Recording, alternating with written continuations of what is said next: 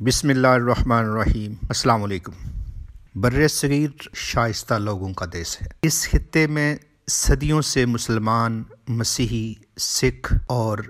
بدھ اقلیت میں جبکہ ہندو اکثریت میں ہونے کے باوجود سبھی مذاہب کے لوگ امن کے ساتھ رہتے آ رہے ہیں۔ بھارت کی گلیوں میں گاؤ ماتا کے نام پر مسلمانوں کا قتل عام، جے شری رام کے نعرے لگوانے کے لیے ان کی تذلیل، گولڈن ٹیمپل پر حملہ، حجاب پر پابندی، چرچ سے لوگوں کو نکال کر گھر واپسی تحریک کے ذریعے ہندو بننے کی تلقین، اور پھر کشمیر کی مخصوص حیثیت کو ختم کرنے کے لیے پارلیمنٹ میں آرٹیکلز 370 اور 35A کے خلاف بل پاس کرانا یا سٹیزن شپ امینڈمنٹ ایکٹ کا نفاذ ایک سیکولر جمہوریت کی دعوے دار بھارتی ریاست میں بسنے والے لوگوں کے لیے یقیناً ایک لمحہ فکریہ ہے، کیونکہ ایک مخصوص بیانیے کے ذریعے ایک عام ہندو یعنی سناتن دھرم کے ماننے والے کو ہندوتوا کا رکن بنایا جا رہا ہے۔ ایک سناتنی جو ایشور، بھگوان، پرماتما، مہادیو،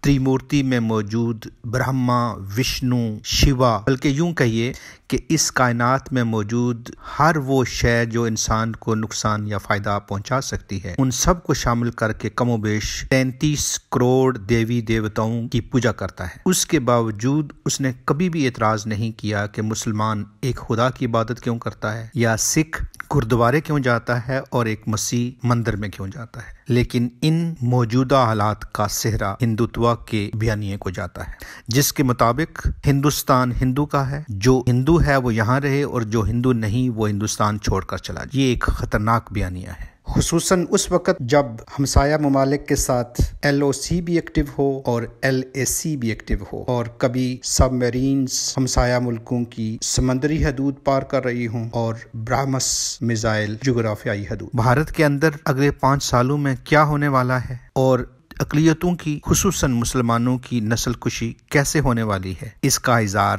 اپنے حالیہ انٹرویو میں chairman genocide watch mister Gregory Stanton نے کیا ہے، اور اس جینوسائڈ یا نسل کشی کا رد عمل کیا ہونا ہے، اس کے بارے میں ہم اپنے اگلے کسی ایپیسوڈ میں ذکر کریں گے۔